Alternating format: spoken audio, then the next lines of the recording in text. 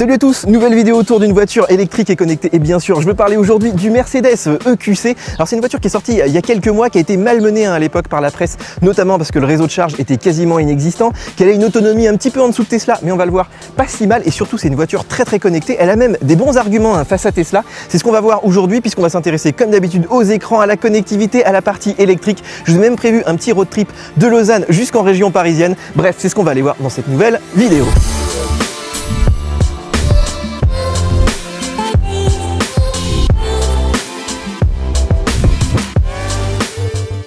Alors petit tour de la voiture qui est très techno avec son énorme calandre, ses feux Matrix LED qui sont d'ailleurs magnifiques dans la nuit. Alors ici on peut voir l'énorme radar voilà, qui est au-dessus de cette petite caméra. Bien sûr on a les radars de parking, ça c'est du vu et revu, mais approche-toi un petit peu Belinda puisque là-haut on a 1, 2, 3, 4 caméras. Alors ça va servir à la voiture autonome, bien sûr à tout ce qui est réalité augmentée. Tu remarques ici on dirait presque une petite dashcam, on y reviendra juste après. Alors des caméras il y en a partout autour de cette voiture, il y en a même en dessous du rétro, il n'y en a pas dans le montant hein, comme chez Tesla. Et regarde Belinda, le souci du détail, le petit logo Mercedes qui vient se relever quand on enclenche la caméra arrière. Si c'est pas beau ça. Alors comment on ouvre cet EQC? Bon, Mercedes nous fournit une clé assez classique, vous vous approchez, hein, il suffit de l'avoir dans la poche, la voiture va s'ouvrir, mais vous pouvez aussi utiliser donc votre téléphone avec une petite puce RFID ici. Vous mettez le téléphone ici, la voiture s'ouvre, mais ça marche pas avec l'iPhone parce que vous savez que le RFID est propriétaire. D'ailleurs là c'est amusant, il m'a ouvert Wallet. Alors troisième possibilité, c'est d'utiliser l'application puisque comme chez Tesla, vous allez pouvoir ouvrir ou fermer la voiture à distance. Ça marche même si vous êtes loin de la voiture.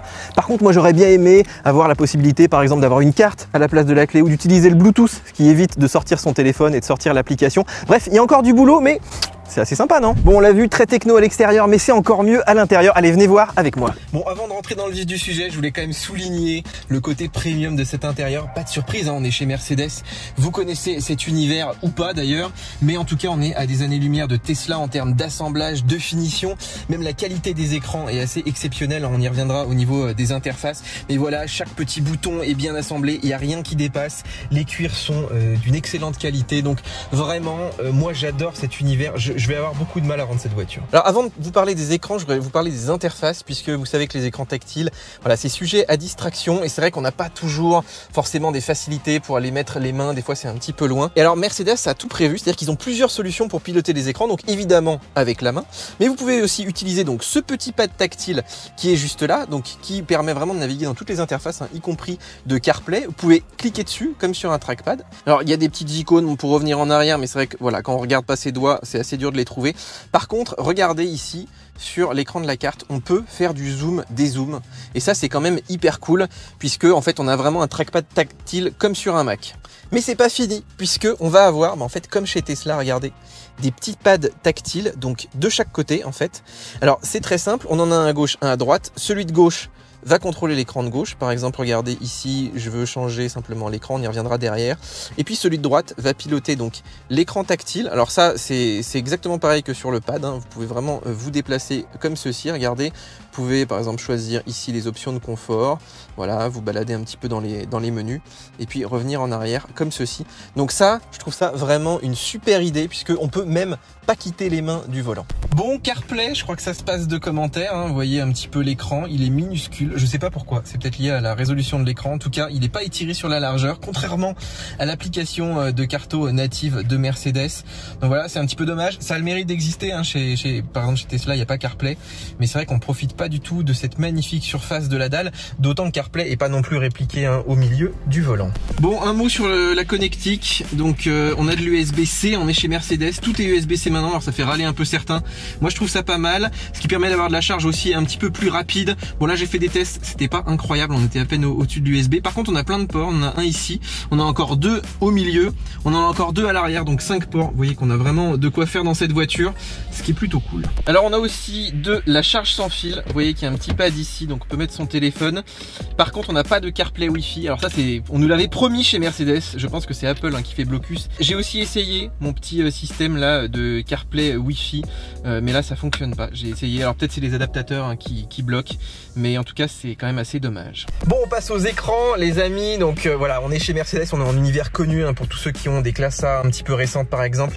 Ils ont déjà vu donc ce double écran, alors on a l'impression que c'est qu'une dalle, mais en fait il y en a deux l'une à côté de l'autre. L'idée c'est d'avoir la partie cockpit donc à gauche, la partie multimédia à droite, avec une dalle vraiment d'une grande qualité, extrêmement réactive, multipoint bien sûr comme un iPad. Regardez un petit peu comme ça réagit, c'est vraiment très très bon. En plus la résolution est hyper élevée, vous voyez absolument pas les pixels. Alors il y en a qui trouveront peut-être que ça paraît un peu petit, notamment face à Tesla, mais voilà, moi je trouve qu'elle est bien positionnée, elle est vraiment belle et ils ont vraiment fait le job. C'est un des plus beaux écrans que j'ai vu en automobile jusque là, sachant qu'il va encore grossir hein, sur les futurs modèles de Mercedes. Un petit mot quand même sur les boutons, c'est vrai qu'il y en a beaucoup hein. Vous avez ici toute la partie vitre, siège, toute la partie donc commande sur le volant, bien sûr les commodos, et on a aussi encore des boutons ici, des boutons physiques. Alors c'est vrai que pour la clim, tout ça, moi je trouve ça agréable quand même de pas avoir à passer uniquement par l'écran tactile. Donc là on peut régler uniquement sa température ici, et puis on peut le régler aussi donc sur l'écran. Moi j'aime bien cette approche où on se dit bon, on a le choix, si on veut les boutons on a les boutons, on n'est pas obligé, donc on n'est pas perdu si on vient de l'univers Mercedes. Alors on commence par le cockpit qui est divisé donc en trois parties. Déjà à gauche on a toute la partie compteur, alors qu'on peut pas vraiment changer, on est obligé d'avoir une espèce de fausse aiguille comme ça. Moi j'aurais préféré avoir autre chose, mais bon voilà, sur lequel, alors là on a des infos, non pas de carburant, mais vous voyez qu'on a une jauge. Donc pour la batterie on n'a pas le pourcentage, j'ai pas trouvé, il n'y a pas moyen d'afficher le pourcentage ici. Donc vous avez l'estimation en termes de kilomètres, vous voyez à peu près si vous êtes aux 2/3 aux 3/4, mais c'est quand même pas très précis. Je trouve ça un petit peu dommage, et puis c'est pas très personnalisable là cette partie gauche. Donc voilà, moi je dirais que c'est un petit peu l'ancienne école, mais vous allez voir que le reste est pas mal. Bon, la partie centrale, alors contrairement à Audi et tout, on peut pas mettre grand chose, c'est à dire que c'est plutôt des menus et puis quelques petites informations pratiques. Par exemple, moi je mets souvent l'assistance, voilà, vous voyez où vous en êtes dans le pilotage automatique. Vous pouvez mettre aussi des infos de trajet, mais pareil c'est pas la carte hein. Vous pouvez mettre uniquement des infos de conso, ou alors là où vous vous trouvez, donc voilà, pas très intéressant. Vous pouvez aussi mettre le média, donc là il va chercher, par exemple si vous êtes sur CarPlay, il va aller chercher le média de l'iPhone, donc ça c'est plutôt cool. Voilà, après le téléphone, vous pouvez régler aussi l'affichage head-up display, vous pouvez aussi changer le design, mais franchement c'est juste les couleurs qui changent, vous voyez ici. Voilà, donc pas incroyable. Alors, voyez en dessous, on a les infos évidemment de la conduite autonome, donc voilà, qui va se mettre en vert quand vous êtes en mode conduite autonome. Mais c'est vrai que j'aurais aimé moi pouvoir mettre la carte par exemple au centre et puis changer par exemple à gauche les aiguilles, puisqu'on n'a pas vraiment besoin de voir les kilomètres/heure, et puis de mettre par exemple le pourcentage de la batterie et 2-3 infos de conso. Voilà, donc vous voyez que j'utilise le petit joystick hein, pour passer d'un endroit à l'autre, et si je veux personnaliser, j'ai juste à monter comme ça vers le haut. Voilà, donc à droite, on peut mettre ce petit menu EQ, moi que j'aime bien, puisqu'il vous donne en fait la conso en temps réel. Vous avez aussi les infos depuis le départ. Vous voyez ici notre conso, bon, c'est pas très représentatif, hein, puisqu'on a un peu tapé dedans. On a aussi ici les données de carto, hein, si vous êtes en train de conduire et d'aller vers une destination. Et vous voyez qu'au milieu, là, il nous a mis par exemple la carto en termes de navigation. Voilà, on voit uniquement les flèches, mais on voit pas vraiment la carte en tant que telle. Voilà, donc cet écran principal, qui je vous l'ai dit est très réactif, très bien défini, qui regroupe les fonctions essentielles. Donc on va y revenir un petit peu plus en détail, mais je vous montre déjà le téléphone, la navigation, le menu EQ donc spécifique aux véhicules électriques, la radio, les médias, des options de confort aussi, des applications puisqu'il y a, regardez, une petite boutique, et puis les réglages bien sûr du véhicule. Donc voilà, un écran qui est assez simple d'utilisation, assez complet, il y a vraiment tout ce qu'il faut. Et puis regardez, on peut accéder à CarPlay à n'importe quel moment, voilà, juste avec la petite icône là-haut. Donc c'est vraiment très pratique si vous avez besoin de chercher des choses. Alors l'outil de carto, moi je la trouve super bien faite, même si bon, le design on pourra toujours trouver à redire, mais par exemple vous avez en image, voilà à peu près le rayon d'action de la voiture, donc avec l'autonomie actuelle, donc vous voyez que c'est vraiment pas mal. Ensuite vous avez beaucoup d'infos sur les bornes et des infos très précises. Par exemple l'aire où on est arrêté actuellement, on est en train de charger, et bien regardez, donc on a l'adresse logique, on peut démarrer le processus de charge à distance si on le souhaite, et puis on peut aussi regarder, voir la puissance, la disponibilité qui est plutôt fiable là d'après ce que j'ai pu voir, et surtout les prix, regardez, puisque voilà, Mercedes vous offre une petite carte et donc vous avez le prix avec effectivement le service Mercedes, donc vraiment très complet. Il n'y a pas eu beaucoup de systèmes que j'ai pu voir qui avaient toutes ces infos là. Généralement il y avait rarement le prix, rarement la puissance, donc là c'est vraiment cool.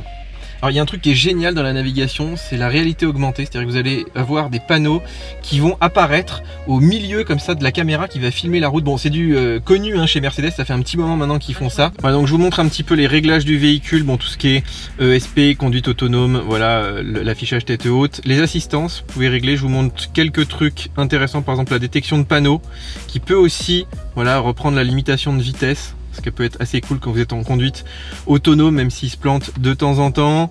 Voilà, tout ce qui est assistant de trajectoire. Vous avez du Wi-Fi, du Bluetooth. Voilà, on peut se connecter, on peut faire aussi point d'accès. Vous avez aussi donc une connexion 4G permanente à laquelle il faudra souscrire un petit abonnement supplémentaire si vous voulez d'autres fonctions. Par exemple, si vous voulez pouvoir naviguer sur le web, enfin, utiliser en gros de la data, hein, c'est clairement ça qui coûte cher. Voilà, regardez notre petit menu mise à jour. On peut mettre à jour le système, les amis. Donc il y a à la fois de la carto et puis aussi des mises à jour vraiment du système pur. Donc là, bon, on n'en a pas encore hein, sur notre modèle, mais ça peut arriver. Alors ça, c'est des choses qui peuvent arriver par mise à jour, d'avoir la dashcam. En tout cas là, pour l'instant, elle apparaît, mais elle n'était pas active, donc j'ai pas l'impression qu'on puisse la mettre, mais c'est possible que ça arrive sous forme d'une licence. Alors regardez, on a un App Store. Bon là il va pas fonctionner parce que j'ai pas l'abonnement adéquat, mais en tout cas vous pouvez aller télécharger donc des applications qui vont se retrouver donc ici dans le menu applications. On va voir par exemple la météo.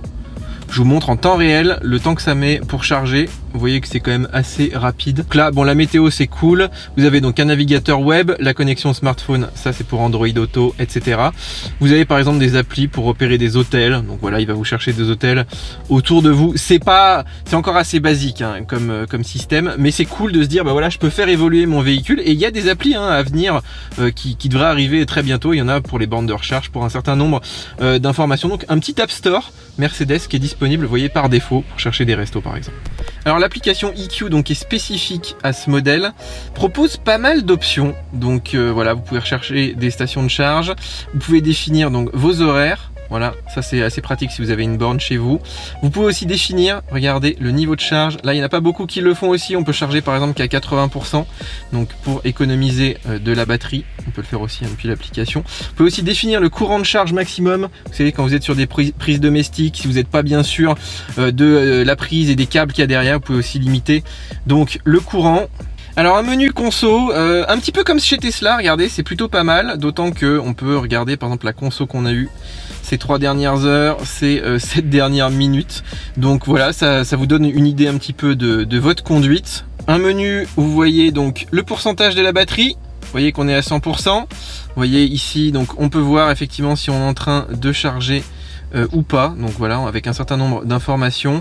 Voilà, vous avez aussi une notice d'utilisation, voilà, si vous voulez un petit peu chercher des choses, d'autant qu'il y a un assistant vocal, donc vous pouvez vraiment demander de l'aide. Alors quelque chose que je voulais absolument vous montrer, c'est l'assistant vocal qui marche super bien. Je pense que c'est un des meilleurs assistants vocaux qui existent. Alors comment on l'appelle? On l'appelle tout simplement Hey Mercedes. Oui, s'il vous plaît. Change la couleur en rouge. Je change la couleur. Aller à Paris. L'itinéraire vers la destination, Paris, est en train d'être calculé. Mets la climatisation à 22 degrés. Quelle est la météo aujourd'hui? S'il vous plaît. Aujourd'hui, à Bavois, il fera pluvieux avec une température minimale de 15 degrés. Quelle est mon autonomie? Vous pouvez encore faire 429 km. Ouais, donc assez efficace. Moi, je trouve qu'il comprend quand même la plupart des requêtes, si c'est lié à la voiture, s'il y a le bon mot-clé, mais globalement, ça marche assez bien. Faut pas lui demander des trucs trop compliqués ou d'aller chercher sur Internet. Mais en tout cas, pour changer la température, pour demander par exemple l'autonomie, pour demander la météo, enfin il y a un certain nombre de mots-clés sur lesquels c'est relativement bien fonctionnel. Voilà, bon, le système est globalement pas mal. Il manque quand même des petites choses qu'on retrouve par exemple chez Tesla comme Netflix. Là on peut mettre des choses sur les clés USB. Bon voilà, les applications c'est quand même cool. Il manque aussi des petites choses comme le mode sentinelle. Ça j'aimerais bien pouvoir voir que ma Mercedes elle se fait pas rayer pendant qu'elle est en train de charger. Donc je dirais qu'on a quand même un boulot énorme qui a été fait sur la partie software, mais c'est vrai qu'il y a encore des petites choses sur lesquelles on se dit bon Tesla a encore un petit peu d'avance. Alors pour la deuxième partie de la vidéo, je vous emmène en road trip les amis, de Lausanne en Suisse jusque dans l'ouest parisien, 650 km principalement de l'autoroute, donc on va pouvoir tester le réseau de charge rapide, on va parler aussi de consommation, on va parler aussi des systèmes de conduite autonome de cette voiture électrique. Allez hop, c'est parti.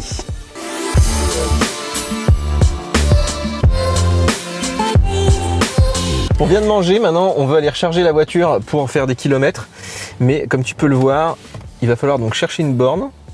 Voilà, donc on clique là-dessus. Par contre, sur le système de la voiture qui est plutôt bien fait, il faut le dire, mais là on peut pas filtrer sur les bornes rapides. Donc si tu ne connais pas la puissance, bah par exemple il faut, tu vois, tu cliques sur Move là, et des fois là il te la donne, puis des fois pas. Tu vois là par exemple on l'a pas, je vais essayer d'en prendre une autre. Et là tu as le type 2, 22 kW, donc ce qui est pas très rapide en plus en triphasé, nous ça marche pas ici.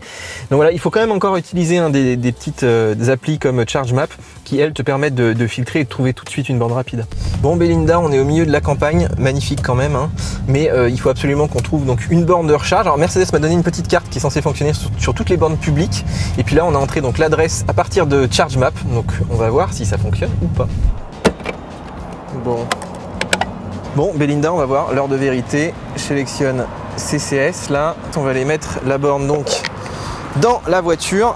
C'est pas évident avec une seule demi-main là. Donc voilà, c'est parti. Start. Voilà, il me demande RFID. Hop, on colle notre petite carte Mercedes. Et voilà, j'ai le droit de charger. Donc cette carte marche bien. En vrai, on l'a testé sur plein de bornes, hein, ça a marché à chaque fois. Bon, puisqu'on charge, ma chère Belinda, on va parler un petit peu chiffres, puisque cette voiture, c'est quand même un gros bébé. Hein. Elle a deux moteurs, donc qui font 300 kW, hein, quasiment 400 chevaux. On a 765 Nm de couple, 0 à 100 5 secondes. Tu te rends compte, c'est quasiment comme une Ferrari. Elle fait aussi 2 tonnes 4, dont 600 kg de batterie. Du coup, pour arriver à motoriser tout ça, évidemment, il faut quand même une grosse batterie. Donc celle-là, elle fait à peu près 80 kWh utile, ce qui est à peu près l'équivalent d'une Tesla Model 3. Alors, elle a différents types de charge. Déjà, vous pouvez la charger à la maison, hein, sur une prise domestique classique, mais ça c'est très lent. On est autour entre 2 et 4 kW. Donc évidemment, on va mettre plus d'une journée à la charger. On a les bornes publiques accélérées, vous savez, celles qui sont en triphasé entre 11 et 22 kW. Mais malheureusement, on n'a que du monophasé sur cette voiture. Donc on va charger maximum à 7,5 kW, ce qui est quand même pas beaucoup. Par contre, sur les bornes rapides, c'est-à-dire les bornes qui sont en courant continu, là vous pouvez charger entre 50 et jusqu'à 110 kW. Donc c'est un petit peu moins que les Tesla qui chargent à bien plus. Mais en tout cas, ça va permettre de recharger la voiture à peu près en une demi-heure pour avoir 80% et en une heure si vous voulez la charger complètement. Sachant qu'à la fin, je trouve qu'elle va quand même très vite. Hein. On est encore à 20-30 kW sur la fin, ce qui est plutôt cool. Mais c'est vrai que moi j'aurais aimé quand même du triphasé, puisque voilà, quand vous arrêtez pour manger au resto, vous aurez pu recharger le quart de la batterie. Là, on va charger plutôt 10%. Bon Belinda, on est à combien? On a 100%. 100%. Voilà, magnifique, on a chargé vraiment très vite, hein, c'est plutôt cool. Super Donc, rapide. On va arrêter maintenant, regardez, pour arrêter, c'est tout bête. Hop. Voilà, terminé. Bon les amis, on est prêt pour notre road trip. Donc j'ai entré la destination, vous voyez ici, jusqu'à l'ouest parisien, donc à peu près 700 km. Là, il nous a trouvé 3 stations de charge, donc à chaque fois à peu près une trentaine de minutes. Et puis si vous cliquez sur chaque station, il va vous mettre voilà, le pourcentage de la batterie en arrivant, le pourcentage en repartant. Évidemment, vous pouvez toujours mettre un petit peu plus. Vous avez aussi les infos, là c'est des bornes Unity, donc 350 kW. Par contre, voilà, sur la carte, là, voilà, c'est un peu imposé comme itinéraire. C'est assez difficile d'avoir des itinéraires alternatifs. C'est pour ça que moi, des fois, je repère les bornes et puis j'y vais un petit peu avec Google Maps. Mais je trouve qu'ici, on se rapproche quand même du système de Tesla où on a à peu près les temps d'attente, les temps de charge et puis l'information sur les bornes. Donc, tout ce qu'il faut pour être relativement serein en arrivant au bout. Voilà les amis, on est parti. Première étape de 150 km jusqu'à l'Air Ionity de Locher. Alors, il y a du Ionity avant, mais là, je vais essayer de minimiser mes arrêts. Donc, on va essayer d'aller jusqu'au bout. On nous a prévu donc 3 arrêts avec le calculateur de la voiture. Donc, on va voir si on arrive à les faire. L'idée étant voilà, de faire des grandes distances et de voir si c'est possible sans trop d'embêtement avec cette voiture. Je vous donnerai aussi bien sûr des infos de consommation. Alors ici on a un affichage tête haute, par contre ça marche pas avec toutes les lunettes, là j'en ai certaines avec qui ça fonctionnait pas, mais il est super, il est dans la vitre, il vous donne plein d'infos, la limite de vitesse, vous voyez aussi votre niveau d'accélération, ça c'est vraiment pas mal, on voit le limiteur de vitesse, votre vitesse évidemment, la vitesse qui est enclenchée, les rappels au niveau du volant, voilà si vous devez retenir le volant, donc vraiment très agréable, en tout cas moi j'aimerais voir ça sur toutes les voitures maintenant. Alors je sais pas si vous entendez, plutôt vous entendez pas, aujourd'hui il y a quand même pas mal de vent et pourtant il y a vraiment un vrai silence de cathédrale dans cette voiture, on n'entend quasiment rien, donc c'est vraiment très agréable sur les longs trajets, c'est vraiment une vraie routière. Alors le niveau de récupération d'énergie se règle avec les petites palettes, malheureusement il faut le régler à chaque fois que vous prenez la voiture, c'est un petit peu casse-pied, donc vous avez à peu près 3 niveaux, et sachant que si vous laissez appuyer la palette de gauche, vous avez le mode de récupération automatique, c'est-à-dire qu'en fonction des montées, des descentes, du relief, il va adapter en fait le mode de récupération. Alors c'est un peu pénible parce que du coup vous savez jamais dans quel mode vous êtes vraiment, donc moi je l'ai pas trop mis, mais c'est assez intelligent quand même comme système. Alors il y a un petit truc un peu pénible, c'est que si on met deux navigations, par exemple celle de la voiture et puis celle de Google Maps, et ben il faudra choisir soit l'un soit l'autre. Voilà, dans certains véhicules on peut mettre les deux, et là je pense que Mercedes veut pas que les alertes vocales se culbutent, mais du coup c'est pénible parce que par exemple on peut pas mettre Waze et puis uniquement le GPS de la voiture, sauf à mettre Waze sans destination, là ça va fonctionner. Voilà, on est sur autoroute, donc la borne est à 124 km, on a encore les 3/4 de la batterie, on a fait 130 km aussi, donc vous voyez qu'on est vraiment large en termes d'autonomie, alors que c'était finalement ma distance la plus élevée entre deux bornes Ionity. Donc voilà, 300 km, 300 vrais kilomètres sur autoroute, je dirais qu'aujourd'hui ça suffit, compte tenu du réseau de charge qui est quand même plutôt bien développé par rapport à il y a un an en France. Alors évidemment il y a des zones un peu plus creuses que d'autres, mais là par exemple je vais faire qu'une borne sur deux, donc vraiment pas du tout de stress pour faire ce trajet. Alors on verra évidemment, parce que là la consommation va un petit peu augmenter à 130 avec la clim, avec des petites montées comme ici. Voilà, alors, chose assez amusante, Mercedes vient de me proposer donc un programme vitalité. Je pense qu'il a vu peut-être que je m'ennuyais un petit peu, donc voilà, il y a de la musique, il peut vous mettre le massage des sièges, tout un tas de petites choses assez rigolotes. Bon, c'est marrant, en plus il peut se synchroniser si vous avez un bracelet. Alors ça marche pas avec l'Apple Watch, mais je crois que ça marche avec les Fitbit et 2-3 trucs comme ça. Bon, voilà. Voilà, on arrive à notre première borne Ionity. Donc je vous fais un petit point conso, voilà, 23 kWh au 100, 248 km. Vous voyez qu'il nous reste un quart à peu près de la batterie. Donc ce qui est plutôt pas mal, on va aller voir. J'espère que la borne fonctionne, mais a priori c'est du Ionity, il n'y a pas de raison. Bon, les amis, on vient d'arriver chez Ionity, une petite Taycan juste à côté. On va aller voir si la borne fonctionne. Bien sûr, j'ai ma petite carte Mercedes.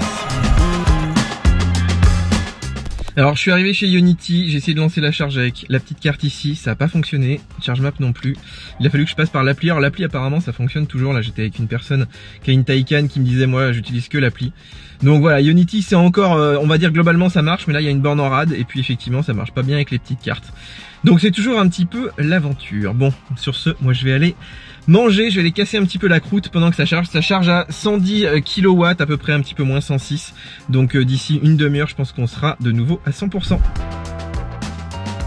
Bon les amis, vous voyez qu'on est presque à 100% et pourtant j'ai pas fait d'effort, c'est à dire que je me suis juste arrêté pour manger, en plus j'étais tout seul, j'ai pris un café, je suis allé aux toilettes, vraiment juste le temps de charger. Il y a quand même des voitures qui sont arrivées, un Kia Niro, une Porsche Taycan, donc c'est vrai que ça commence un petit peu à s'encombrer, là il y a quelques bornes autour, tiens vous voyez que ça vient de passer à 100%. Bref, il est temps de démarrer puisque notre prochain périple est d'environ 200 km, alors là c'est du pur autoroute. Moi un truc que j'adore, c'est pouvoir piloter CarPlay avec ce petit joystick là. C'est hyper pratique en fait, parce que ça évite d'aller toucher là-bas avec les mains, ça évite voilà, de faire le pavé tactile ici, et vous pouvez garder les mains sur le volant. Franchement, conduite autonome, petit pavé tactile, j'ai quasiment rien à faire. Un truc que j'adore, vous mettez juste le clignotant là, et regardez, la voiture se déporte toute seule, je ne fais rien. Et vous remettez le clignotant, pas besoin de donner un petit coup dans le volant comme dans Tesla. Et elle se rabat, elle regarde évidemment partout s'il n'y a pas de voiture qui arrive. Ça je trouve ça assez incroyable. Bon les amis, on est à la moitié du plein, on s'apprête bientôt à s'arrêter sur notre deuxième arrêt Ionity. Avec l'ordinateur de bord nous met 164 km pour la moitié du plein, donc c'est plutôt pas mal, on dépasse largement les 300 km avec cette voiture. Vous voyez que la conso pour 426 km dans une majorité sur autoroute, on est autour de 24 kWh au 100, donc on se stabilise. Voilà, bon, on pourrait presque ne pas s'arrêter et aller au suivant qui est à peu près 120 km. Mais là voilà, je suis un petit peu juste, je suis un peu en dessous de la moitié quand même. Et je me dis que si jamais j'ai un problème sur la station, voilà. Par contre je vais pas recharger très longtemps, je vais charger peut-être que jusqu'à 80% à peine. Voilà, station Ionity assez récente. Vous voyez que quand même elles sont un peu abritées, ce qui est pas mal, mais moins abritées que les stations essence quand même. Voilà, un des flots de l'électrique, c'est aussi de voir tous ces gens en thermique là qui viennent de temps en temps sur les places, alors que c'est bien marqué, interdit, réservé aux véhicules électriques, bref. Tout ça parce que c'est voilà, c'est près de la station-service, mais quand même, heureusement qu'il n'y a pas trop de monde aujourd'hui. Bon, je vous montre un petit peu l'application qui est vraiment top. Franchement, je pense que c'est la meilleure application que j'ai vue à côté de Tesla, puisque vous avez déjà beaucoup de contrôles. Vous pouvez par exemple, bon là je suis dans la voiture, mais vous pouvez ouvrir les portes avec l'appli. Vous pouvez contrôler la charge, vous pouvez par exemple définir une limite de charge, vous voyez, par exemple à 80%, éventuellement, même un petit peu moins. Donc ça, c'est assez bien pour préserver la batterie. Vous pouvez définir une heure de départ. Vous pouvez aussi pré-climatiser votre véhicule. Bon, ça, la clim, c'est quand même du vu et revu, mais ça, pouvoir définir le niveau de charge, très très peu long. Vous pouvez aussi bien sûr voir si les vitres sont fermées, éventuellement les fermer. Vous pouvez pas démarrer le véhicule à distance, ça, il n'y a que Tesla qui sait le faire, le déplacer aussi évidemment. Vous avez aussi le toit ouvrant, donc ça c'est rigolo, vous pouvez par exemple l'ouvrir pour laisser passer un petit peu d'air. Et vous avez plein de réglages ici, notamment la température, voilà, on voit un petit peu ce qu'on a et ce qu'on veut définir. La pression des pneus. Vous avez accès aussi aux statistiques évidemment de la voiture. Vous pouvez définir aussi des limites de vitesse. Il y a évidemment un mode voiturier indispensable hein, sur une Mercedes. La géoloc, bien sûr, vous pouvez positionner donc votre voiture sur une carte. Alors d'un coup d'œil, on voit aussi l'autonomie, bien sûr le kilométrage, savoir si elle est verrouillée ou pas. Alors vous pouvez aussi par exemple trouver des bornes de recharge. Vous voyez, regardez, je clique. Et on a, comme sur la voiture, toutes les infos, le prix, la puissance, la disponibilité. Ça, c'est vraiment cool, les amis. Il y a très peu de constructeurs qui sont allés aussi loin. Donc ça vous permet, par exemple, aussi de préparer votre trajet. Donc ça, c'est très bien. Vous n'êtes pas obligé d'aller dans la voiture pour préparer ça. Vous n'êtes pas obligé d'utiliser Better Route Planner et compagnie. Donc là, par exemple, je veux aller à Paris. Donc je peux la partager avec la voiture. Voilà, donc il me l'a envoyé sur la voiture. Vous voyez, et on peut lancer le guidage directement. Voilà, et sur l'application, vous pouvez aussi voir donc l'itinéraire, exactement comme sur la voiture. Regardez comme c'est bien fait. On voit les bornes, les temps de charge, et vous pouvez aussi cliquer sur les bornes. Vous avez la puissance maximum, les types de bornes, le prix, enfin il y a vraiment tout ce qu'il faut. Voilà, donc une application qu'on voit aussi des notifications, très pratique. Et là, ça marche plutôt bien quand la charge est interrompue. Vous recevez une petite notif. Ça, c'est vraiment pratique. Vous pouvez voir évidemment quand vous avez fini de charger aussi, ou que vous puissiez débrancher par exemple la voiture. Voilà, donc une application globalement très bien finie. Hein, et moi, je dirais qu'on est vraiment pas très loin de Tesla. Il manque que quelques fonctions comme allumer la voiture, ouvrir le coffre, éventuellement la faire avancer. Enfin, des petites choses d'IA, voilà, que Mercedes a pas encore. Mais franchement, on n'est pas très loin. Et je pense que c'est la meilleure appli que j'ai vue jusque-là en dehors de Tesla. Voilà, donc on vient de faire notre deuxième arrêt chez Ionity. Alors un arrêt un peu mouvementé, j'ai dû changer de borne parce que effectivement l'application m'a averti que la voiture s'était déconnectée. Donc ça arrive assez souvent malheureusement sur Ionity, donc j'ai changé de borne. En tout cas là je suis pas resté très longtemps, on est juste monté à 80%. Voilà, je voulais vraiment juste faire une petite pause, boire un petit café, aller aux toilettes. Et après on est reparti puisque on a à peu près 120 km, donc largement faisable. J'aurais presque même pu les faire, là j'avais un petit peu moins de la moitié donc du plein. Donc là maintenant on va vers notre dernier arrêt qui est pas très loin de l'arrêt final, et là je vais sûrement charger au maximum parce qu'après je sais pas trop hein, si j'ai des prises ou pas au bout, si je dois me balader un peu ou pas, mais en tout cas aucun stress avec cette voiture. 300 vrais kilomètres, même je pense qu'on peut pousser un petit peu autour de 310 320 sans trop de soucis, donc c'est vraiment pas mal. Et moi je trouve que vu l'état des bornes aujourd'hui, ça devient largement suffisant. Les amis, petit 0 à 100, attention. Oh là là, les 400 chevaux là on les sent. 0 à 130, faut faire quand même un petit peu attention, tout le monde n'a pas ses accélérations, mais c'est vrai qu'on se prend au jeu de l'électrique. Bon, c'était l'échec, je vais essayer une autre borne, j'ai pas voulu ni avec la carte, ni avec l'application, donc on va essayer celle du bout. C'est toujours un peu pénible Ionity pour ça, puisqu'on sait jamais si ça fonctionne très bien ou pas. Voilà, quand il pleut, il vaut mieux être une voiture thermique qu'une voiture électrique. Et moi je vais me rentrer parce que ça commence à mouiller là. Bon voilà, on arrive un peu au bout de notre petit road trip. Alors 600 km, 6h38, 24,9 kWh au 100. Vous voyez que c'est plutôt pas mal pour une moyenne de 90 km/h, sachant qu'on a fait essentiellement de l'autoroute. Donc voilà, je dirais que la conso est quand même acceptable vu le gabarit de l'engin.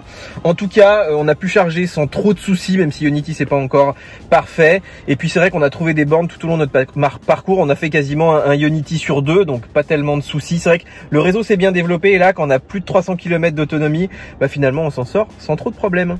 Bon, il est temps de conclure après 10 jours, après plus de 1000 km, 1500 km à bord de cette EQC. Alors déjà sur la partie automobile, même si c'est pas l'objet de cette vidéo, mais qu'est-ce qu'on est bien dans une Mercedes en termes de confort, de tenue de route, de finition, de silence. Vraiment, c'est une voiture, je me vois faire des milliers et des milliers de kilomètres avec. D'ailleurs, j'ai vu des gens voilà, qui l'avaient depuis voilà, quelques mois et qui vraiment adoraient cette voiture. En plus, elle est vraiment magnifique. Je dirais que son seul défaut c'est le poids, 2 tonnes 5. Moi j'aurais préféré quand même 600 kg de moins, mais vous le savez, le poids des batteries, puis déjà c'est une voiture qui a une base assez lourde, mais c'est vrai qu'avec un peu de kilos en moins, je pense qu'elle aura une meilleure autonomie et je pense aussi qu'elle serait un peu plus facile à conduire, notamment dans les petites routes de montagne comme ceci. Mais écoutez, sur la partie électrique, je dirais que le bon point c'est que par rapport au moment où elle est sortie, il y avait moins d'une dizaine de bornes Ionity. Aujourd'hui il y en a 35, j'ai compté, donc d'ici un an il y en aura sûrement 50, 60. Bref, le réseau français rapide est en train de se mettre en place et du coup c'est vrai que là avec une autonomie de 300 km sur autoroute, on n'a plus tellement de problèmes d'autonomie, on se charge très rapidement et y compris, voilà, si on est un peu bloqué dans des petits bleds où on n'a que des bornes de 50 kW, on arrive à charger très rapidement, d'autant que on peut la charger à 100% puisque à la fin on est encore à 30 kW sur les derniers pourcents et ça c'est un vrai atout de cette EQC. Je dirais que son seul problème c'est qu'il n'a pas le triphasé, donc sur les bornes de supermarché, de ville, là ça va être beaucoup trop lent. Voilà, en 3-4 heures on peut pas du tout charger la batterie. Si vous faites vos courses vous récupérez que quelques pourcents, c'est un peu dommage. Et puis bien sûr sur les prises domestiques on peut s'en suffire si on fait pas beaucoup de kilomètres pendant la journée, mais là je vous conseille quand même de prendre une prise renforcée, les prises Green Up pour être au moins à 3,7 parce que à moins de 2 kW là on récupère quand même pas beaucoup. Vraiment, à moins de faire très peu de kilomètres effectivement dans la journée, mais il faudra plus d'une journée, une journée et demie des fois pour charger une batterie entièrement ou quasiment entièrement. Bon, sur la partie techno, écran, IA, connectivité, alors là écoutez, c'est une très bonne surprise. Moi je trouve que Mercedes a parfaitement marié l'univers automobile un petit peu classique, voilà, ils voulaient pas perdre leurs clients, avec les nouvelles technologies, avec des technos d'intelligence artificielle, avec toute la partie électrique, donc qui est extrêmement bien prise en compte en fait quand vous programmez vos trajets. On a l'état des bornes, on a voilà, la prise en compte de la consommation de la voiture, de l'autonomie, des grands trajets, voilà, qu'on peut faire avec le réseau Ionity. On nous donne une petite carte qui marche sur tous les terminaux. On a une application indispensable ici qui est très complète. Alors il manque quelques fonctions par rapport à Tesla, mais pas tant que ça. Moi je m'attendais pas à une appli aussi bien finie. Des fois voilà, il fallait la mettre à jour en la killant de temps en temps. Bon, il y a des petites choses, mais chez Tesla aussi ça bug. Et puis toute la partie intelligence artificielle, franchement l'assistant vocal il est meilleur que chez Tesla. Vraiment on peut contrôler toute la voiture sans problème. J'ai pas eu beaucoup de soucis de compréhension du moment qu'on utilise les bons mots-clés. Et puis sur la partie conduite, sur la partie autopilote par exemple, j'ai préféré conduire aussi cette EQC à une Tesla. Je trouve que le changement de voie est beaucoup plus fluide. Évidemment il y a quelques fonctions qu'il n'y a pas, voilà, la sortie dans les parkings, la sortie sur les bretelles d'autoroute, mais on sent que ça peut arriver. Il y a suffisamment de caméras, suffisamment de puissance de calcul. Voilà, moi j'aimerais bien que ça fasse un petit peu plus techno, qu'on voit toutes les voitures autour, voilà, comme l'affiche Tesla sur son écran, mais on sent que Mercedes en a encore sous le coude et je trouve ça très rassurant de voir que ces constructeurs européens sont pas du tout largués, qu'ils ont quand même des systèmes hyper avancés aujourd'hui. Donc voilà un très très bon point sur la partie techno de cette EQC. Bon les amis, j'espère que vous avez pris autant de plaisir à regarder cette vidéo que moi à tester cette EQC et croyez-moi, je vais avoir du mal à la rendre. En attendant, si vous avez des questions, si vous voulez qu'on teste d'autres voitures électriques, n'hésitez pas à réagir dans les commentaires bien sûr. Et puis on like, on s'abonne à la chaîne, on télécharge nos applications mobiles et puis nous on se retrouve donc très bientôt sur YouTube pour de nouvelles vidéos. Ciao ciao. Aside from my soul.